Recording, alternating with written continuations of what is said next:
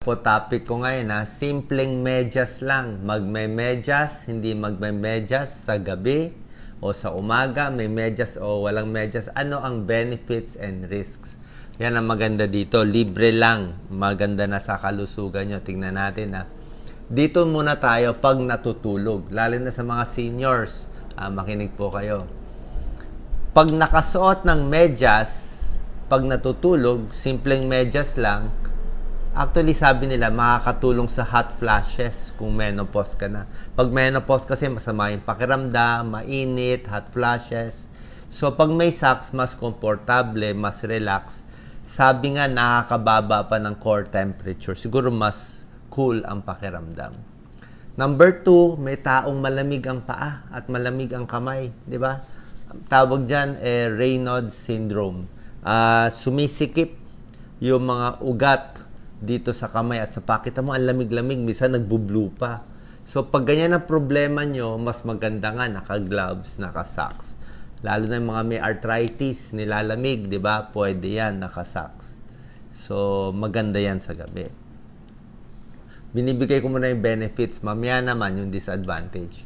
Better sex kung may medyas. Actually, tunay po siya, hindi siya fake news. May 2005 study, pinag-aralan nila yung mga mag-asawa na pag nagtatalik ay may medyas, mas madaming orgasm kumpara sa walang medyas. Bakit?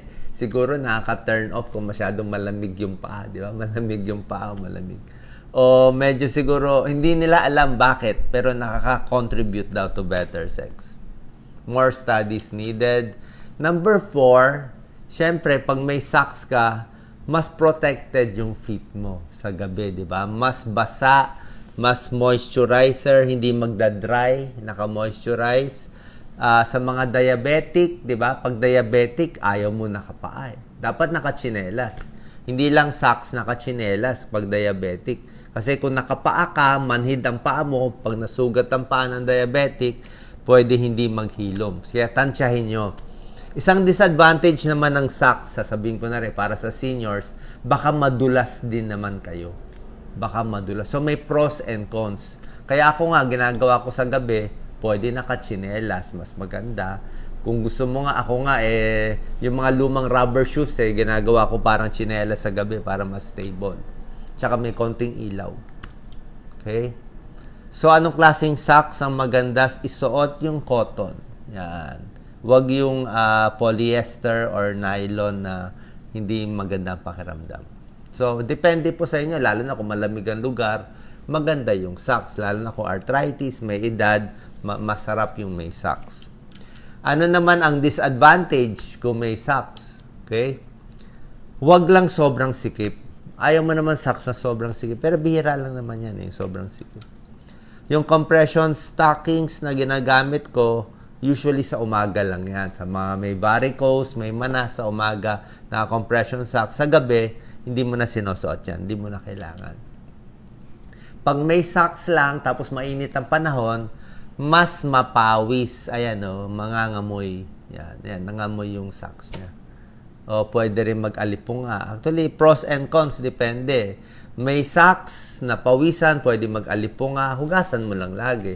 Pero kung wala kang socks din, expose yung paa mo, pwede rin naman alipunga. Kasi madumi nga. Pag walang, pag no socks, siyempre pwede ka masugat.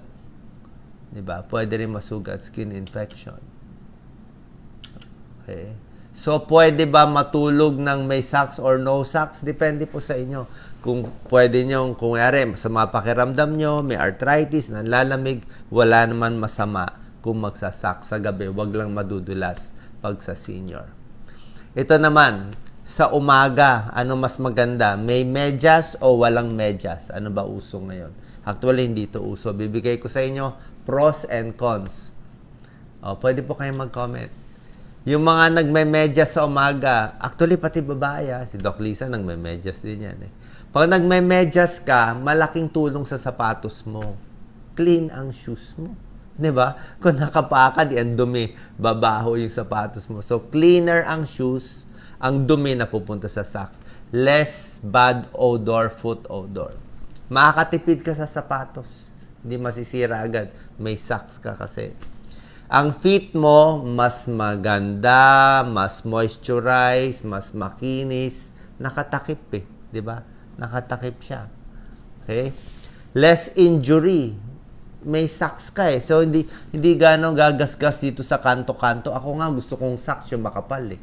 Yung sport socks ang binibili ko. Mas malaki lang konti ang shoes ko, ang rubber shoes ko. Pero sport socks. Less injury, less blister. Yung mga kalyo-kalyo, mas mawawala. Yan. Keep feet warm. Lalo na kung mainit na panahon. At syempre sa mga babae, mas maputi ang paa mo. Diba? Pag naglalakad ka, naka-tsinela sa araw, maarawan, makita mo, nangingitim yung paa. So, hindi rin. So, magdaming advantage pag naka-socks. Okay? Tingnan naman natin yung kabilang banda. Oh, ano naman reason, advantage ng no socks? Oh, yung mga ayaw mag-socks. Oh, yun na nga. Pag no socks, hindi gano'ng papawisan. Open air, mahangin. Let your feet breathe. Pwede naman eh. Di hanginan mo yung paa mo. Pag mainit ang panahon, oh, siyempre, kailangan babaho lang eh. Pero, di manipis na lang yung socks mo. Avoid sleeping. May mga tao kasi gusto talaga nakapaa. Oh, actually, mas healthy naman dapat yung nakapaa. Kaya lang, ngayon kasi mamaya mabubog, masugat tayo. Oh, more foot movement, may tulong din naman. So, siguro, nasa sa inyo naman. Kung may athlete's foot na misa siguro no socks or with socks. Okay? So, yan po. Nasa sa inyo, pero para sa akin, mukhang maraming advantage yung socks. Maglalaba lang more o minsan yung pag yung umaga, mabaho na yung sa paa, mabaho na yung medyas, di magpalit na lang tayo ulit sa gabi para laging presko. Sana nakatulong tong video. Simpleng tip na libre din para sa inyo. God bless po.